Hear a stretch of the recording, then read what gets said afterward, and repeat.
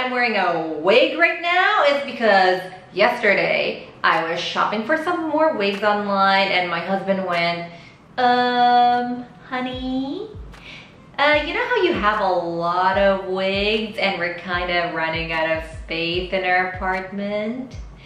Yeah, do you think you need another wig? Because, you know, you don't often wear your wigs out anyway. And I'm like, yes, I do. I wear my wigs all the time. So here I am with my wig because my marriage is based on always proving that I'm right. Such a healthy marriage.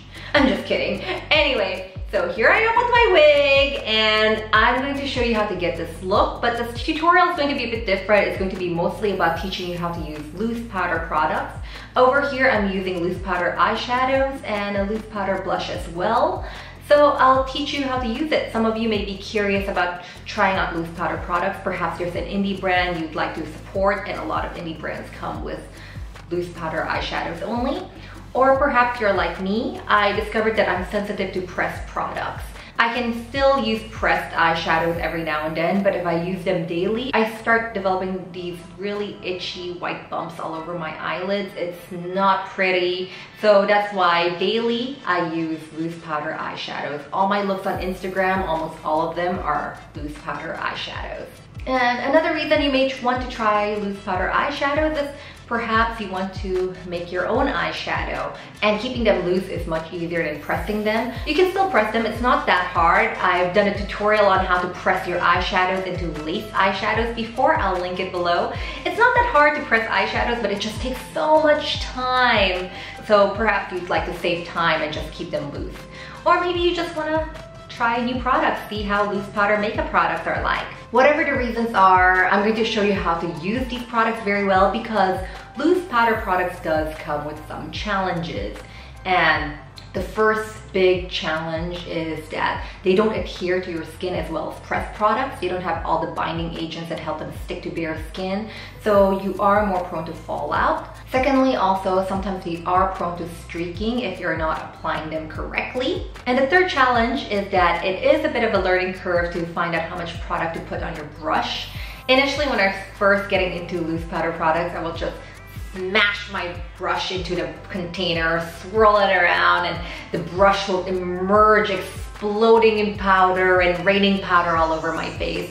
It wasn't the right way of doing it. So I'll show you how to avoid all these mistakes and how to make loose powder products work very beautifully on you. So let's get on with the tutorial. Okay, so I've got my foundation and my brows on just for your viewing pleasure. Here are the loose products that I'll be using. Blackbird Cosmetics 13. This indie brand sadly just closed recently. They're known for their mattes, and I tried the first batch. It was very streaky, but let's see how this one goes. I haven't tried this one before. This is by Shiro. It's Something Sweet as Pain. They're one of the very popular indie brands. They're all over Reddit. I haven't tried this one yet, so we'll see.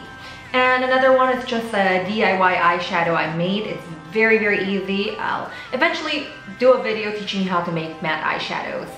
Very easy.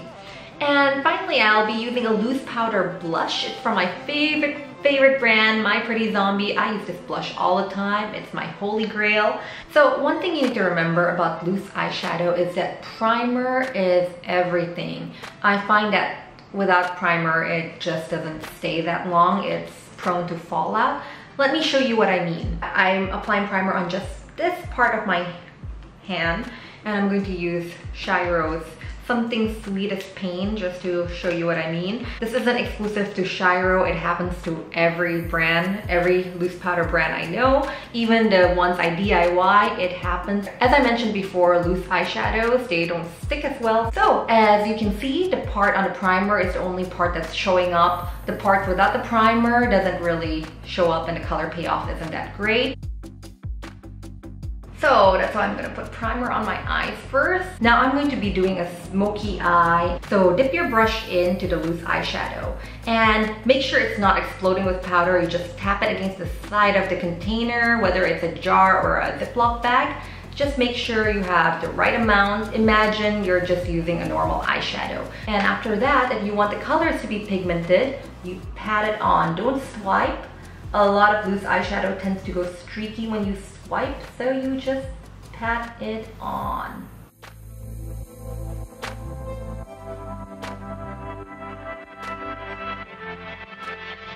Now this is something I like to do with my smoky eyes in general. I find that mattes tend to like cling on to primer really well, and sometimes they end up streaking when they blend. So to get a very soft blend, I like adding loose powder eyeshadow right above the main color I'm putting on, just on the parts where I want the eyeshadow to be smoky. Same concept as using a loose eyeshadow, just make sure there's a light dusting on your brush and that's it.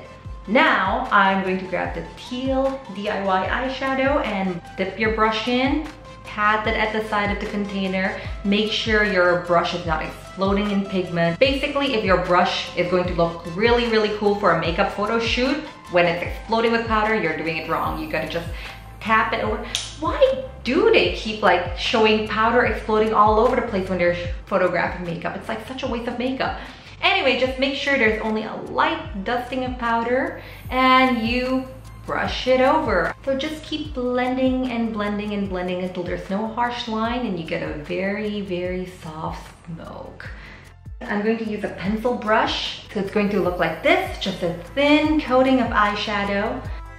And now you're going to dab it in your inner corners and kind of run it down your lower lash line like this.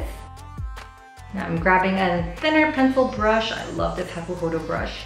And I want a really thin coating, so I'm not even dipping it in. I'm just scraping some eyeshadow from the sides. And I'm just running it on the outer half of my lower lash line. Now, powder blushes. Again, I'm taking my blush brush here, dabbing my brush in, and I'm going to take the cap of the blush container and just tap it out. Just make sure there's an even layer of blush. Just keep swirling it. See how even the blush coating on my brush is now?